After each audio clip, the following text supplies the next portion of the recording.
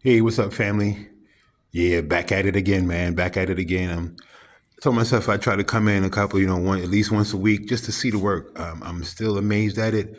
Still blown away by just seeing it up, even though it was created in my studio and I saw them sitting in piles at the framer. Still blows my mind to just, come in and really see the work. Arwe Journey, the story of Caribbean people, its migration from our part of the world to Europe and America, the Americas during the 20th century. 61 paintings. This is my ode to the great Jacob Lawrence and his great migration, the story of black Americans migrating from the south to the north, the 20th century. It was awesome watching folks at the opening going through here and finding the little islands on the map. Some of us are just dots on that map. Yeah,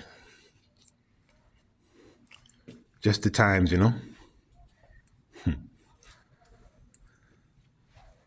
Yeah, remember all of this stuff, man. Yeah. Mommy said, boy, how you remember that day? I said, Mommy, how could I forget that day? Yeah, another thing I remember well, the teasing was constant. Banana boat and all of the aboves. It was cool having some of my friends I grew up with. We met in America and clung together out of likeness, as opposed to being from different islands. I wish we'd remember that more often as African people.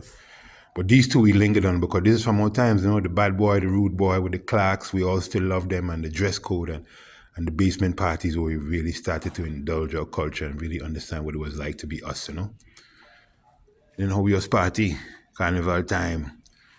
Yeah, still gorgeous for me, man.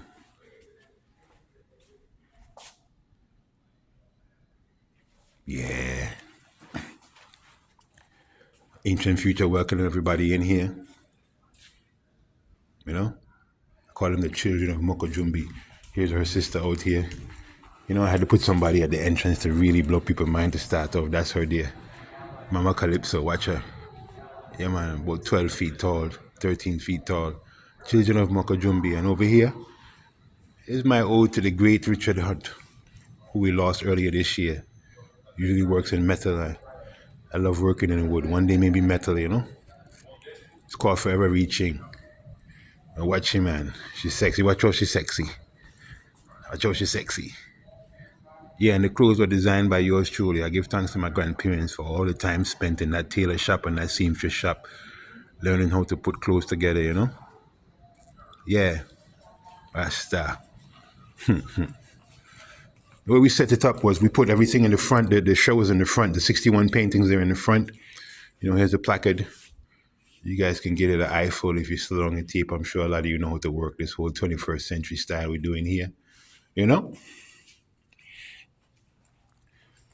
And then the idea was to kind of show you guys from whence it came, if you will. Mystical woman.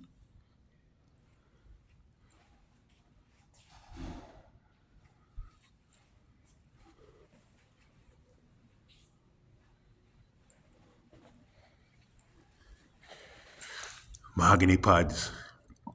If you know anything about our history in the Caribbean, it was a time when mahogany trees and Africans left all parts of the planet headed for Europe to be turned into goods at almost the same pace on the same ship. In the back, what we wanted to do in the back was show you kind of where the ideas of these things came from, the germination, if you will, of the boy, the little boy who became me, and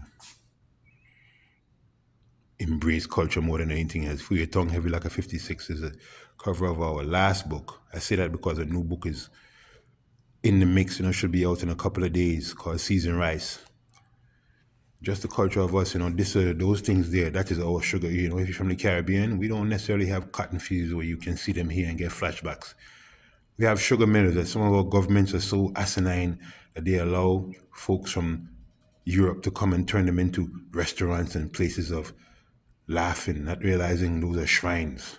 People bled and died and were crushed to death in those things. A portrait from the play we took off Broadway, very proud of it. It's called Self Portrait on Frame. We do this in 85 minutes using our hands, our fingers, telling the story of ourselves, One of my good friends, Darius, my Polish brother, brilliant photographer, wonderful artist. This is one of his photographs. I had to have it here because, yes, I think he definitely caught me in one of our suits, Mandingo wear suits, Again, just reflected my grandparents and what they instilled. And then we can call this my family tree, ancestor tree, Ekun's tree, you know.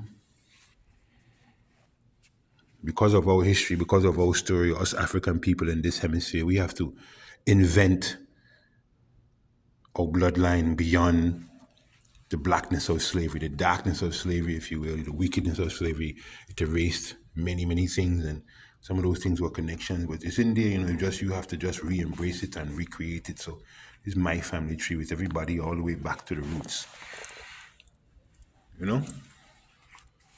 I probably way up here somewhere, And you know how trees grow, so yeah. I have grandchildren now, so that vibes, And then the tail